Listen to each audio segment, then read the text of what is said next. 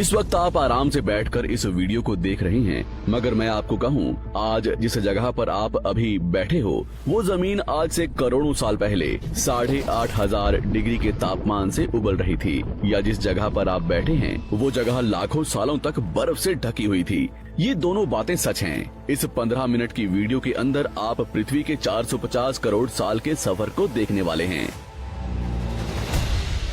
जिस जगह आज हमारा सौरमंडल है, वहाँ विभिन्न प्रकार की गैस और धूल के बादल हुआ करते थे।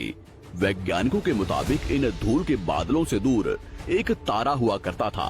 वक्त के साथ साथ उस तारे की ऊर्जा कम होने लगी, जिसके कारण उसके अंदर एक विशाल विस्फोट हुआ। विस्फोट की वजह से अंतरिक्ष की ये धूल एक दूसरे से दबने लगी। इस दौरान बादलों में स्थित धूल के कण दबाव और गर्मी के कारण बड़े उल्कापिंड और पत्थरों में परिवर्तित हो चुके थे, और इसी दबाव की वजह से इन बादलों में स्थित रेडियो एक्टिव पदार्थ ने ग्रेविटी का निर्माण किया। इस ग्रेविटी के कारण बीच में हाइड्रोजन और हीलियम इकट्ठा होने लगे। बीच के इस भयंकर दबाव के कारण एक विशाल विस्फोट हुआ, और इसी विस्फोट के कारण हमारे सूरज का जन्म हुआ। अंतरिक्ष में फैले एस्ट्रॉयड यानी क्षुद्र ग्रहों में भारी वजन की वजह से सूरज के करीब आकर सूरज की परिक्रमा करने लगे।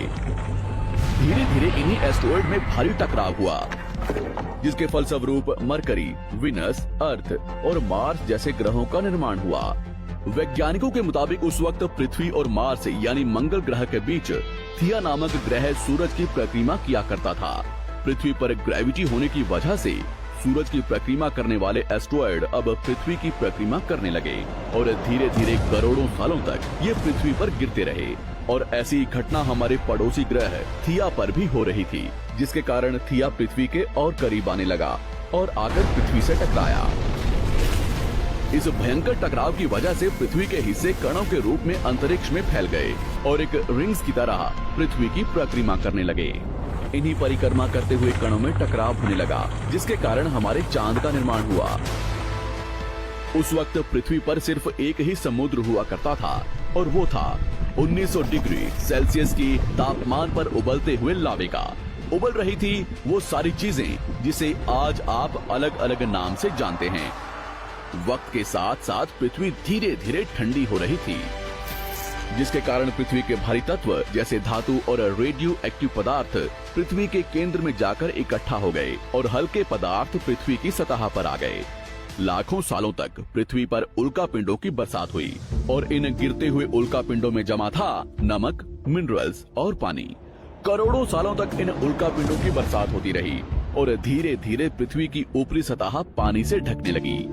वैज्ञानिकों के मुताबिक यही वो वक्त था जब दूर गहरे पानी के अंदर निकलते ज्वालामुखियों से पहली बार सूक्ष्म जीवों का निर्माण हुआ। लाखों सालों बाद एक वक्त ऐसा आया जब पृथ्वी की पूरी सतह पानी से ढक चुकी थी। हमारी पृथ्वी के सबसे अंदर का कोर रेडियो एक्टिव पदार्थ से बने होने की वजह से हरदम गर्म होता रहता है, लेकिन जब भी पृथ्वी की ऊपरी जमीन ठंडी हो जाती है, तब पृथ्वी के अंदर की गर्मी बाहर नहीं निकल पाती, जिसके कारण ज्वालामुखियों का निर्माण होता है। और उस वक्त कुछ ऐसा ही हुआ। पानी से ढकी हुई पृथ्वी पर हजारों की तादाद में ज्वालामुखी निकलने लगे, और आने वाले लाखों सालों तक इन ज्वालामुखियों का निकलना जारी रहा, जिससे पानी के ऊपर जमीन का निर्माण हो रहा था। इस वक्त भी पृथ्वी पर वातावरण न होने की वजह से अंतरिक्ष से उल्कापिंडों की बरसात हो रही थी। आज से लगभग 300 करोड़ साल पहले पृथ्वी पर ऐसा वक्त आया जब पृथ्वी का वातावरण लगभग स्थिर होने लगा था। ज्वालामुखी निकलने धीरे हो गए थे, और पृथ्वी का एक दिन 12 घंटे का हुआ करता था। साल बीतते गए, और धीरे धीरे ये सूक्ष्म जीव विकसित होते गए और समूह में रहने लगे।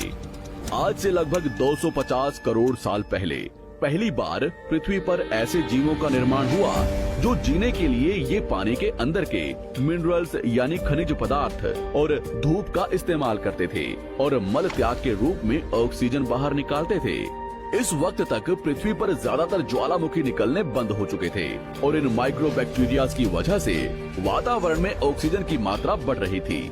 वातावरण में ऑक्सीजन बढ़ने की वजह से पृथ्वी का वायुमंडल बनना शुरू हुआ, और आने वाले हजारों सालों तक वातावरण में ऑक्सीजन की मात्रा बढ़ती रही, जिसकी वजह से पृथ्वी के ज्यादातर हिस्सों में ये सूक्ष्म जीव फैल गए। हजारों सालों बाद एक वक्त ऐसा आया जब पृथ्वी में ज्यादा ऑक्सीजन बढ़ने के कारण ये सूक्ष्म जीव मरने शुरू हो गए। उस वक्त तक पृथ्वी का वातावरण ठंडा होने के साथ साथ ऑक्सीजन से भी भर चुका था, जिसके कारण जमीन और वातावरण में स्थित आयरन यानी लोहे के मिनरल्स पानी में स्थित ऑक्सीजन से रिएक्ट होने लगे। और एक वक्त ऐसा आया जब पृथ्वी की जमीन आज के मार्स के जैसे लाल हो चुकी थी। वक्त बीतने के साथ साथ धरती की टेक्टोनिक प्लेट्स में दरार होने लगी, जिसके कारण पृथ्वी के अंदर का लावा जमीन की तरह कई लाखों सालों तक खुला उबलता रहा। और यही वो कारण था जिसके कारण पृथ्वी के वातावरण में कार्बन डाइऑक्साइड की मात्रा बहुत बढ़ गई और पृथ्वी पर एसिड की वर्षा शुरू हो गई। एसिड रेन की वजह से पृथ्वी का तापमान घटने लगा और तापमान इतना घटा कि पृथ्वी के ऊपर स्थित पानी बर्फ में परिवर्तित होने लगा। पृथ्वी पर पहली बार भयंकर आइस एज आया। इस वक्त पूरी पृथ्वी सफेद बर्फ से ढक चुकी थी। आमतौर पर जब धरती पर सूरज की किरणें गिरती हैं, तब जमीन उन किरणों को सोख लेती है, मगर क्योंकि पूरी पृथ्वी बर्फ से ढक चुकी थी और क्योंकि बर्फ सफेद और चमकीली होती है, जिसके कारण सूरज की किरणें धरती पर गिरने के बाद वापस चली जाती थी। इसी कारण से पृथ्वी कई लाखों सालों तक बर्फ से ढकी रही, मगर फिर से पृथ्वी के अंदर स्थित गर्मी ज्वालामुखी के रूप में निकलना शुरू हो गई और इन ज्वालामुखियों से निकलने वाली गर्मी ने बर्फ को पिघलाना शुरू कर दिया। इसी बीच पृथ्वी की गहराई में बचे कुछ सूक्ष्म जीव धीरे धीरे बदल रहे थे और अब वो ऑक्सीजन को अपने शरीर को बड़ा और जटिल बनाने के लिए इस्तेमाल करने लगे थे। इस बीच पानी में अलग से भी छोटे समुद्री पौधे निकलने शुरू हो चुके थे। बाहर जैसे जैसे ज्वालामुखी निकल रहे थे, वैसे वैसे वातावरण कार्बन डाइऑक्साइड की वजह से गर्म हो रहा था। वक्त के साथ साथ बर्फ तो पिघलने लगी, मगर धरती पर फिर से एसिड की वर्षा शुरू हो गई, जिसके कारण फिर पृथ्वी ठंडी होने लगी और फिर पृथ्वी की ज्यादातर सतह बर्फ से ढक गई। ऐसा बार बार कई हजारों सालों तक होता रहा और इसी कारण से अब समुद्री जीव धीरे धीरे वातावरण के हिसाब से विकसित हो रहे थे। इस बीच कई सारे जीव और समुद्री जंगल्स विलुप्त हो गए, मगर जो बच गए वो धीरे धीरे पृथ्वी के बदलते तापमान के हिसाब से ढलते गए और अब हजारों सालों बाद समुद्री पेड़ बर्फ की वजह से पूरी तरह से मरते या सूखते नहीं थे। अब सूक्ष्म जीव समुद्री जीव बन चुके थे। जब फिर से ज्वालामुखियों ने पृथ्वी की बर्फ को पिघलाना शुरू किया, तब ये समुद्री पेड़ जल्दी विकसित होकर फैल गए। धीरे धीरे वातावरण में ऑक्सीजन की मात्रा बढ़ने लगी और पृथ्वी पर होने वाली एसिड की वर्षा कम होने लगी। वातावरण में ऑक्सीजन आने की वजह से पृथ्वी की ओजोन लेयर्स मोटी होने लगी और आज से लगभग 47 करोड़ साल पहले पृथ्वी की ऊपरी सतह पर पहली बार मोसोस नामक प्लांट उगना शुरू हुआ। वक्त के साथ साथ जमीन पर अलग अलग प्रकार के पौधे और पेड़ उगना शुरू हुए। एक वक्त ऐसा आया जब जमीन के पेड़ों की लंबाई लगभग 80 से 100 फीट जितनी या आज के 5 से 6 मंजिला बिल्डिंग जितनी ऊंची हो चुकी थी। ये वो वक्त था जब समुद्री जानवर समुद्र से बाहर निकल रहे थे और जमीनी जानवरों में परिवर्तित हो रहे थे। धरती की ज्यादातर जमीन एक जगह इकट्ठी हो चुकी थी, जिसे आज हम पैंजिया महाद्वीप के नाम से जानते हैं। पृथ्वी का वातावरण और तापमान लगभग स्थिर हो चुका था और अब करीब 21 से 23 घंटे का दिन हुआ करता था। अब समुद्री जीव पानी से बाहर रहने लगे थे और वातावरण के हिसाब से उनके शरीर का रंग रूप बदल रहा था। धीरे धीरे ये जमीनी जानवर डायनासोर्स में परिवर्तित हो गए।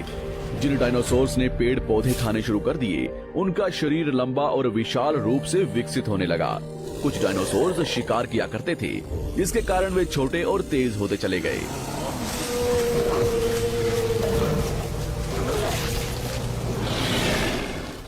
पृथ्वी की ऊपरी जमीन एक जगह इकट्ठी होने के कारण ज्यादातर जमीन रेगिस्तान और बंजर हो चुकी थी।